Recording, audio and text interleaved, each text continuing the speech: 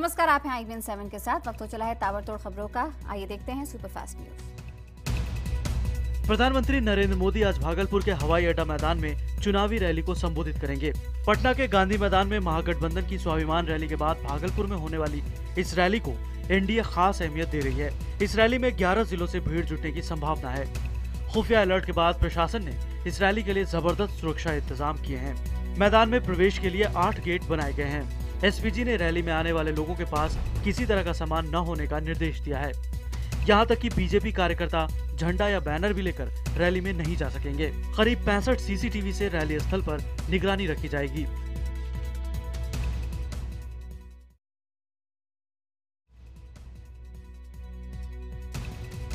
बिहार चुनाव के लिए सीटों के बंटवारे को लेकर सोमवार को हुई एनडीए की बैठक बेनतीजा रही। बीजेपी अध्यक्ष अमित शाह के घर हुई बैठक के बाद रामविलास पासवान ने कहा कि सीट बंटवारा बड़ा मुद्दा नहीं है और हफ्ते भर में ये तय हो जाएगा। मीटिंग में लोक जनशक्ति पार्टी अध्यक्ष रामविलास पासवान, राष्ट्रीय लोक समता पार्टी के अध्यक्ष उपेंद्र कुशवाहा और हिंदुस्तानी अवाम मोर्चा के अध्यक्ष जीतन राम मांझी समेत कई और नेता शामिल हुए। दिल्ली की आम आदमी पार्टी सरकार ने एक अहम फेरबदल में कपिल मिश्रा को कानून मंत्री के पद से हटा दिया है। कानून मंत्रालय का जिम्मा डिप्टी सीएम मनीष सिसोदिया को दिया गया है, जो पहले से ही कई मंत्रालयों का भार संभाल रहे हैं। कपिल मिश्रा के पास फिलहाल पर्यटन मंत्रालय और जल बोर्ड के चेयरमैन का जिम्मा है। हालांकि कपिल मिश्रा ने 3 दिन पहले ही सीएम केजरीवाल को लिखी चिट्ठी में आशंका जताई थी कि उन्हें पद से हटाया जा सकता है। 28 अगस्त को केजरीवाल को लिखी चिट्ठी में कपिल मिश्रा ने शीला दीक्षित सरकार के दौरान दिल्ली जल बोर्ड में हुए घोटाले का जिक्र किया।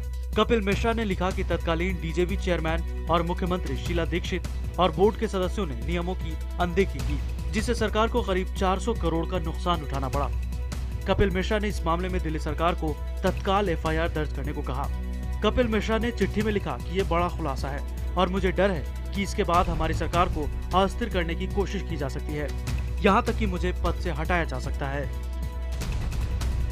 दिल्ली में तिमारपुर इलाके के विधायक पंकज पुष्कर आज से अपनी ही सरकार के खिलाफ सत्याग्रह आंदोलन शुरू करने जा रहे हैं। पंकज पुष्कर संघ विहार वजीराबाद में अनधिकृत कॉलोनियों में सुविधाओं की कमी को लेकर दिल्ली सरकार के खिलाफ आंदोलन शुरू करेंगे। आज सुबह 10 बजे संघ विहार में शुरू हो रहे सत्याग्रह के जरिए वो अपनी ही पार्टी को इस सिलसिले में किए गए वादों को फिर से याद दिलाना चाहते हैं। पुष्कर के मुताबिक उन्होंने इस मुद्दे को लेकर न सिर्फ मुख्यमंत्री केजरीवाल और उप मुख्यमंत्री मनीष सिसोदिया को चिट्ठी लिखी थी, बल्कि 2 बार दिल्ली विधानसभा में और जिला विकास समिति में 3 बार इस मुद्दे को उठाया था, लेकिन इसका कोई नतीजा नहीं निकला। दिल्ली में ऑटो वालों ने केजरीवाल सरकार के फैसले के खिलाफ कल हड़ताल पर जाने का फैसला किया है। ऑटो यूनियन दिल्ली सरकार की नैनो रेवा टैक्सी स्कीम का विरोध कर रही है। यूनियन का कहना है कि सरकार अगर इस स्कीम पर रोक नहीं लगाती तो वो बेमियादी हड़ताल पर चले जाएंगे। दिल्ली सरकार ने नैनो और रेवा जैसी छोटी गाड़ियों को टैक्सी के तौर पर सड़कों पर उतारने का फैसला किया है। इन गाड़ियों को सड़कों पर उतारने के पीछे सरकार की दलील है कि इससे लोगों को वैकल्पिक सार्वजनिक परिवहन की सुविधा मिलेगी।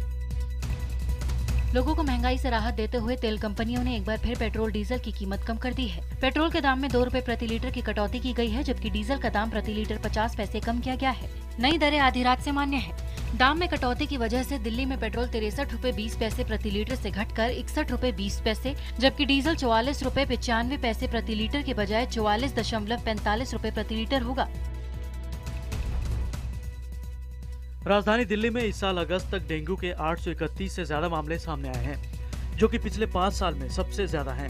ये आंकड़े म्यूनिसिपल रिपोर्ट में सामने आए हैं। अगस्त में ही सबसे ज्यादा 778 मामले सामने आए हैं। आधिकारिक तौर पर डेंगू से अब तक 2 लोगों की मौत हुई है। इनमें 3 साल का एक बच्चा और 37 साल की एक महिला शामिल है। सीनियर आईएएस अफसर राजीव महर्षि देश के नए गृह सचिव बन गए हैं। राजस्थान कैडर के 1978 बैच के आईएएस अधिकारी राजीव महर्षि ने एलसी गोयल की जगह ली। कहा गया है कि गोयल ने व्यक्तिगत कारणों से स्वैच्छिक सेवानिवृत्ति यानी वीआरएस मांगी थी, जिसे प्रधानमंत्री ने मंजूरी दे दी। गोयल 1979 कैडर के आईएएस अफसर थे।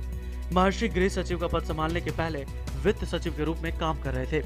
गोयल को आईटीपीओ का मैनेजिंग डायरेक्टर और चेयरमैन नियुक्त किया गया है। विधि आयोग ने देश में मौत की सजा को चरणबद्ध तरीके से खत्म करने की सिफारिश की। भारत में फांसी की सजा के सवाल पर लॉ कमीशन ने कहा कि सिर्फ आतंकवाद और राष्ट्रद्रोह के मामलों में ही फांसी की सजा दी जानी चाहिए। कमीशन के 9 में से 6 सदस्यों ने इस सिफारिश पर सहमति जताई। रिपोर्ट की एक प्रति कानून मंत्री को सौंपी जाएगी, क्योंकि पैनल के प्रावधानों में किसी भी बदलाव की मांग पर संसद ही विचार करेगी। संथारा मामले में हाई कोर्ट के आदेश पर सुप्रीम कोर्ट ने फिलहाल रोक लगा दी है। जैन समुदाय में संथारा प्रक्रिया का प्रचलन है, जिसमें मृत्यु के लिए अन्न जल का त्याग कर दिया जाता है। सुप्रीम कोर्ट ने केंद्र और राजस्थान सरकार को नोटिस भी जारी किया।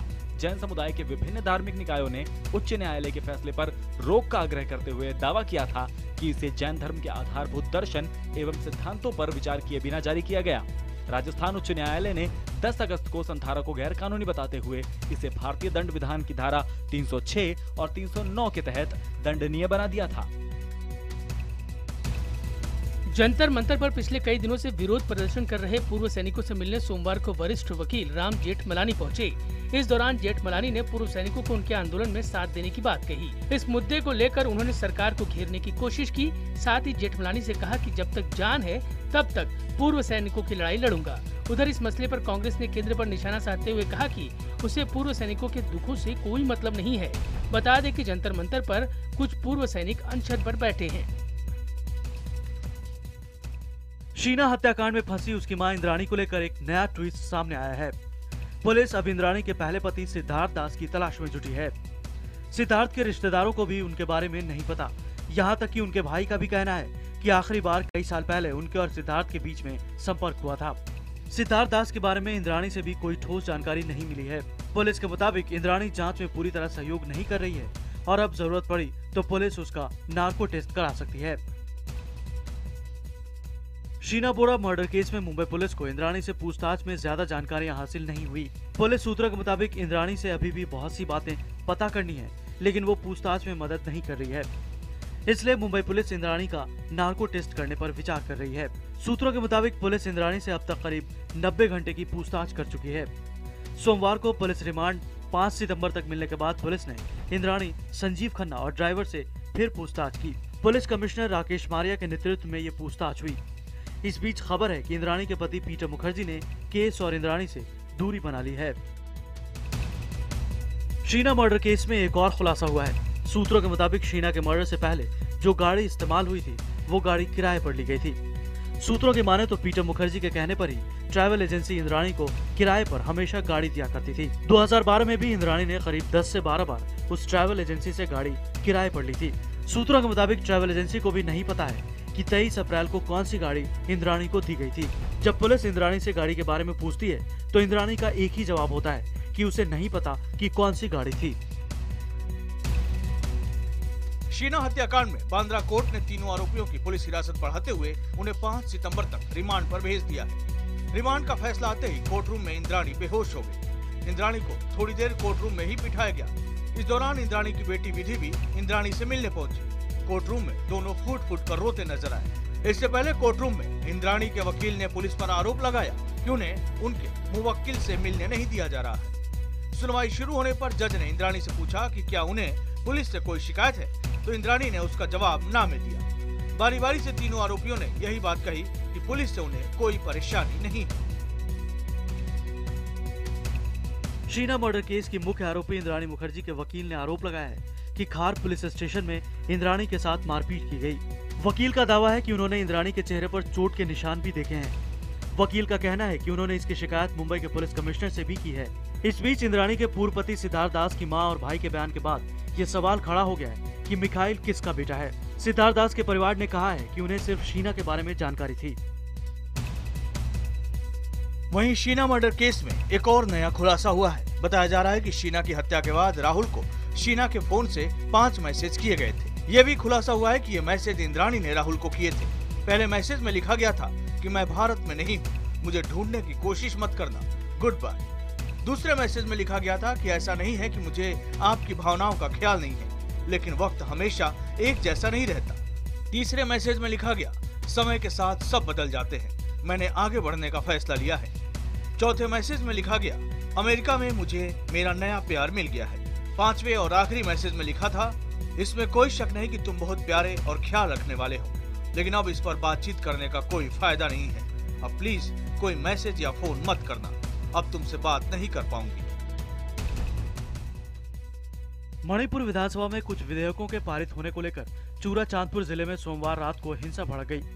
इसके चलते भीड़ ने सूबे के एक मंत्री, एक सांसद और 5 विधायकों के घरों में आग लगा दी। मामले की गंभीरता को देखते हुए प्रशासन ने शहर में कर्फ्यू लगा दिया है।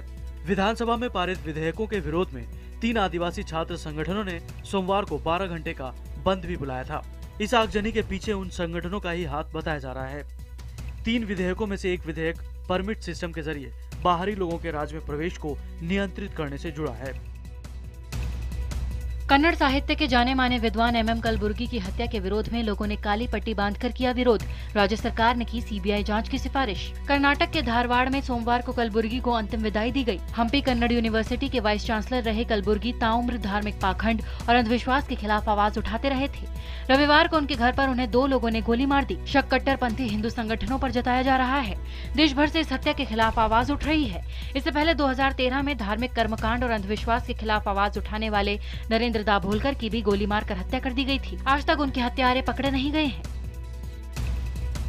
एक और कन्नड़ लेखक प्रोफेसर भगवान को दी गई जान से मारने की धमकी। पुलिस ने धमकी देने वाले शख्स को मैंगलोर से गिरफ्तार कर लिया है। उसने ट्विटर पर प्रोफेसर को धमकी दी थी। ट्वीट में उसने लिखा था कि पहले UR अनंत मूर्ति और अब MM कलबुर्गी, हिंदुत्व का मजाक उड़ाने वाले कुत्ते की मौत मरेंगे और KS भगवान अगला नंबर तुम्हारा है। कलबुर्गी की ही तरह प्रोफेसर भगवान भी अपने तर्कवादी विचारों की वजह से काफी समय से दक्षिणपंथी कट्टरपंथियों के निशाने पर हैं। जामनगर के बाल विकास गृह में रह रहा एक पाकिस्तानी लड़का पिछले 1.5 साल से अपने घर जाने के लिए तड़प रहा है। 15 साल के इस बच्चे का नाम गुलाम है।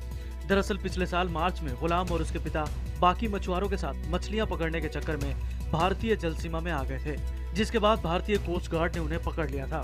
कोर्ट ने गुलाम के पिता और बाकी मछुआरों को जेल भेजा था, लेकिन नाबालिग गुलाम को बाल विकास गृह में रखा गया। इस बार ईद के मौके पर जब भारत ने 88 मछुआरों को रिहा किया तो उनमें गुलाम के पिता भी पाकिस्तान भेज दिए गए, लेकिन गुलाम को नहीं छोड़ा गया। पाकिस्तान ने कहा है कि वो भारत के साथ तब तक बातचीत नहीं करेगा जब तक कि दोनों देशों के बीच मौजूद तमाम द्विपक्षीय मुद्दों को एजेंडे में शामिल नहीं किया जाता। पाकिस्तानी NSA और नवाज शरीफ के सलाहकार सरताज अजीज ने पिछले हफ्ते दोनों देशों के बीच होने वाली NSA स्तर की बातचीत रद्द होने का ठीकरा उल्टा भारत पर फोड़ा। उन्होंने इसके लिए भारत के रुख को जिम्मेदार ठहराया। आपको बता दें कि पाकिस्तान बातचीत में कश्मीर को शामिल करने पर अड़ा था, जबकि भारत ने पहले ही साफ कर दिया था कि बातचीत सिर्फ आतंकवाद पर होगी। भारत ने कश्मीरी अलगाववादियों से पाकिस्तानी NSA की बातचीत से भी इनकार कर दिया था। आतंक का आका और 26/11 हमले का मास्टरमाइंड हाफिज सईद ने फिर भारत के खिलाफ भड़काऊ बयान दिया है। उसने कहा है कि भारत जंग चाहता है और पाकिस्तान को उसे करारा जवाब देना चाहिए। आतंकी संगठन जमात-उद-दावा प्रमुख हाफिज सईद ने रविवार को सियालकोट में भड़काऊ भाषण दिया। यहाँ कुछ लोगों के जनाजे में शरीक होने गए सईद ने लोगों को भड़काते हुए कहा कि उन लोगों को भारतीय सेना ने मारा है। उल्टा भारत पर सीजफायर उल्लंघन का आरोप लगाया। आतंक के साका ने भारत पर अफगानिस्तान के जरिए पाकिस्तान में आतंकवाद फैलाने का आरोप लगाया। यही नहीं, मुंबई हमलों के इस मास्टरमाइंड ने अमेरिका पर भी भारत की मदद करने का आरोप लगाया। श्रीलंका के खिलाफ तीसरे और आखिरी टेस्ट में भारत जीत से महज 7 विकेट दूर है। भारत अगर ये मैच जीतता है तो श्रीलंका में 22 साल बाद टेस्ट सीरीज जीतने में कामयाब होगा। चौथे दिन 386 रनों के लक्ष्य का पीछा करते हुए श्रीलंका ने 3 विकेट के नुकसान पर 67 रन बना लिए। इससे पहले टीम इंडिया दूसरी पारी में 274 रन बनाकर आउट हुई। दूसरी पारी में टीम इंडिया की तरफ से अश्विन ने 58 रन बनाए, जबकि रोहित शर्मा ने 50 और स्टुअर्ट बिन्नी ने 49 रन बनाए। ईशांत शर्मा और धनिका प्रसाद एक बार फिर मैदान में भिड़ गए। नोकझोंक के बाद दोनों को हटाने के लिए अंपायर को बीच बचाव करना पड़ा। 2 दिन में ये दूसरी बार है जब दोनों को मैदान पर उलझते हुए देखा गया।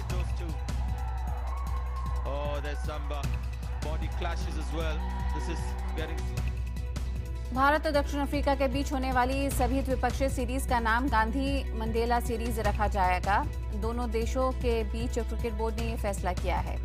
इस साल गांधी जयंती यानी कि 2 अक्टूबर से दिसंबर के बीच दक्षिण अफ्रीकी टीम भारत में खेलेगी, जिसमें 3 T20, 5 वनडे और 4 टेस्ट मैच खेले जाएंगे।